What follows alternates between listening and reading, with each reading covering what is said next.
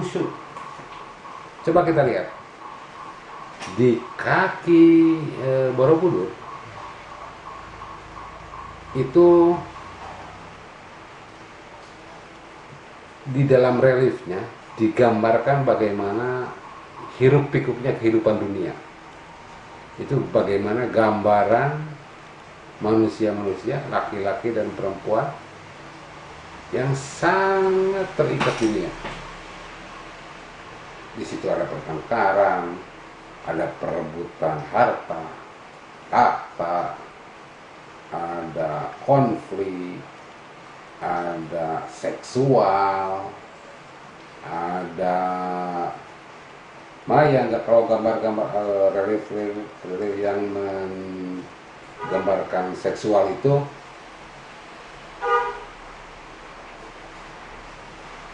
sepertinya ditutupi, maksudnya supaya, karena kan dilihat oleh orang banyak dan anak-anak sekolah juga kesana, dan itu agak cabul sehingga agak ditutupi. Tapi di sana tergambar hal-hal seperti itu. Kegalauan, kecemasan, kekhawatiran, semuanya meliputi kepusingan-kepusingan manusia, kesibukan-kesibukan manusia sehari-hari. Persaingan mendapatkan kekuasaan, yang akhirnya mereka sendiri dikisahkan di dalam relief itu, orang-orang yang melakukan banyak kepusingan, kebingungan, pertengkaran, keburukan dalam dunia itu akan mendapatkan hal-hal yang buruk juga. Dan di sana juga digambarkan bagaimana ada kesenangan-kesenangan yang didapatkan manusia, yang didapatkan dalam kehidupan ini, itu tidak bisa dihindari, karena memang seseorang yang bersaing misalkan kemudian mendapatkan keuntungan, pasti akan mendapatkan kenikmatan. Tapi itu sifatnya semu, sementara. Itu berada di kaki relief itu, cerita itu ada di kaki Candi Borobudur.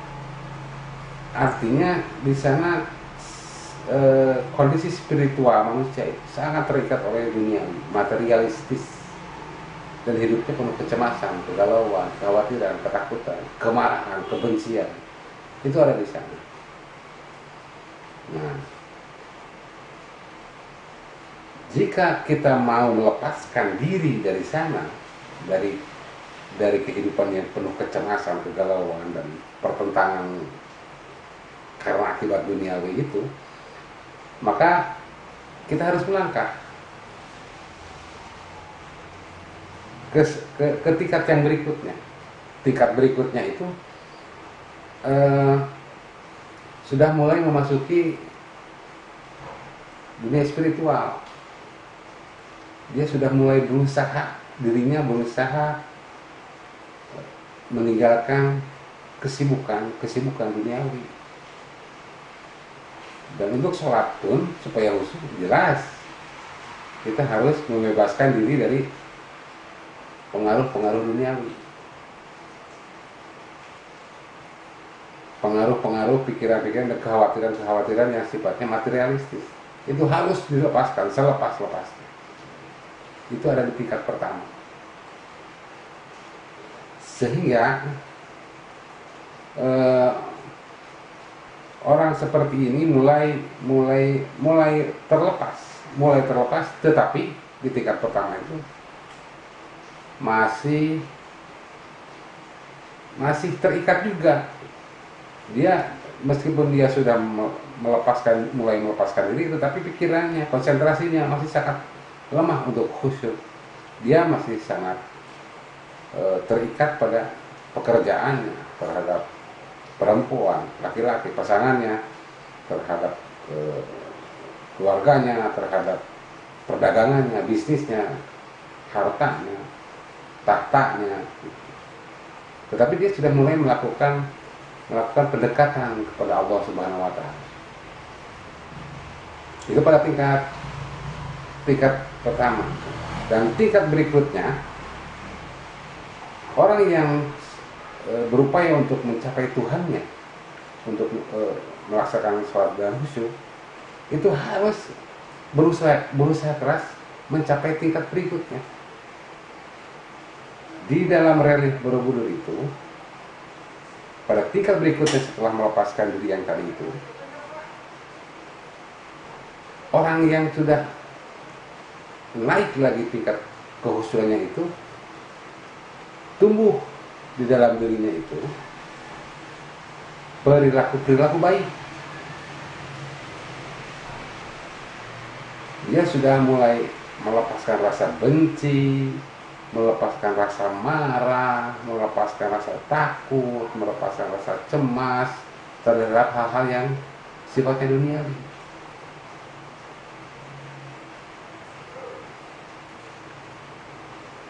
Dia mulai berbuat, mulai perasaannya, dirinya itu mulai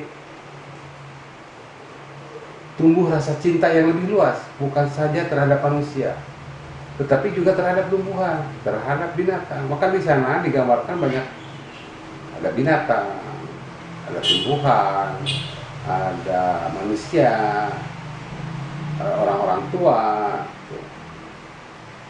Nah itu di sana sudah mulai lebih jauh lagi tingkatan kehusuannya. Kemudian dia melangkah lagi ke tingkat yang lebih atas di Borobudur itu. Itu seseorang yang khusyuk itu dan ingin khusyuk itu, yang berupaya sholatnya khusyuk, dia sadar bahwa dirinya itu masih sangat bodoh, sehingga memerlukan pengetahuan tambahan. Dia thalabul ilmi dengan berusaha keras, dengan melakukan banyak hal. Dia mengorbankan dirinya untuk mendapatkan ilmu-ilmu yang lebih luas agar sholatnya menjadi lebih khusyuk. Dia mencari ilmu ke berbagai daerah, mendapatkan guru-guru dan juga media-media lain agar dirinya bertambah pengetahuan, sehingga bertambah imannya, bertambah kehusyuannya. Nah, itu dia sudah dengan berusaha itu, pengetahuannya menambah sholatnya lebih khusyuk. Nah itu ada di gambar-gambar relief Borobudur itu. Kemudian jika melangkah lagi ke lebih yang atas, kita akan melihat stupa, banyak stupa. Di sana ada stupa yang kecil-kecil.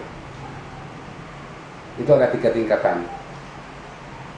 Di sana tingkatan stupa yang pertama itu ada orang yang sedang berkonsentrasi di dalam stupa itu.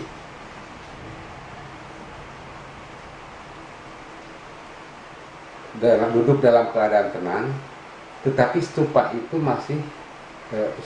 ada lubang. Lubangnya itu bentuknya itu kotak, tapi seperti kotak, bukan bujur sanggar, tapi kotak seperti ketupat. Itu orang yang sudah meningkat tingkat kehusuannya. Dia sudah benteng-benteng dirinya dari pengaruh-pengaruh pikiran buruk, ketakutan terhadap dunia, kecemasan terhadap kerugian. Itu sudah mulai terkuasai, tetapi masih sangat belum sempurna.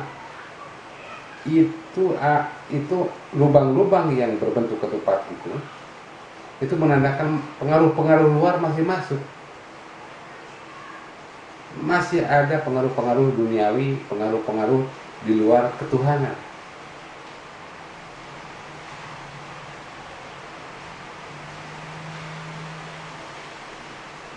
Dan ada di sana salah satu stupa ya bentuknya stupa sebetulnya, tapi stupanya terbuka lebar sehingga kelihatan orangnya sendiri, orangnya saja, tidak ada stupa. Itu melambangkan bahwa orang itu tergoda oleh pikiran-pikiran itu, dan dia sudah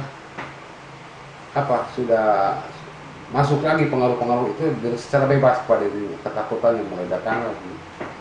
Tetapi orang itu tetap berusaha sehingga stupanya itu di lingkaran-lingkaran selebihnya itu tetap seperti itu stupanya. Dia berusaha keras sehingga dia mampu menguasai dirinya.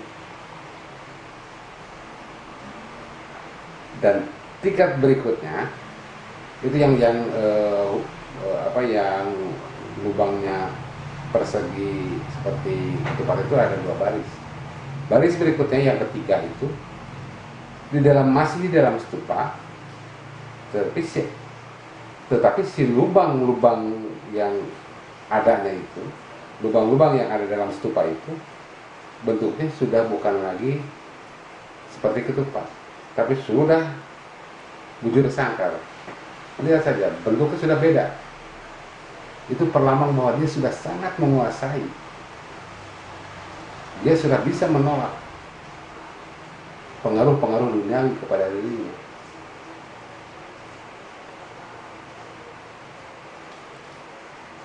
Jadi dia sudah sangat pengetahuannya sudah tinggi, keikhlasannya sudah penuh, sehingga pengaruh-pengaruh duniawi itu mudah dia tolak. Tetapi tetap masih ada pengaruhnya. Tarik-menarik antara dirinya dengan di luar dirinya yang mengganggu sholat khusyuknya itu masih ada, tapi sangat kecil, dan dia bisa menguasainya. Nah, tingkat yang terakhir, yang ke-10, di sana ada stupa yang terbesar, yang paling puncak. Di sana stupanya sempurna, tak ada lagi lubang, tertutup semuanya. Dan ujungnya, antenanya itu ke atas, itu menunjukkan kesempurnaan dalam melaksanakan sholat. Itu yang disebut orangnya sudah hening. Artinya dunia dan sisinya ini sudah tidak lagi berpengaruh pada dirinya. Dia sudah tidak lagi merasa sedih jika mendapatkan musibah, tidak sedih terlalu berlebihan jika dia mendapatkan musibah, dan juga tidak terlalu gembira ketika mendapatkan kebahagiaan. Dirinya hening.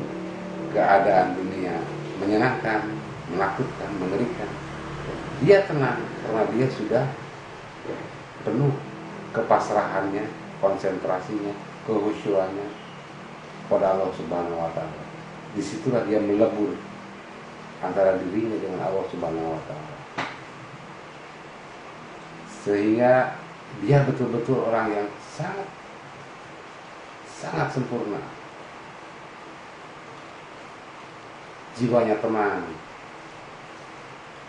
kata-katanya bijak, dan sholatnya tentu saja pasti khusyuk, karena dia sudah khusyuk, konsentrasi, fokus hanya Allah semata. La ilaha illallah. Semuanya dia sudah tidak bergantung lagi kepada dunia, bergantungnya hanya kepada Allah Subhanahu wa Ta'ala. Itu yang saya dapat pelajari dari seni ini. Jadi saya sangat senang dengan penelitian bahwa Borobudur itu peninggalan Nabi Sulaiman. Saya merasa tenang bahwa saya belajar tidak salah, karena belajar dari peninggalan orang yang diutus Allah mengajarkan kebaikan di muka bumi. Sekian, wassalamualaikum warahmatullahi wabarakatuh.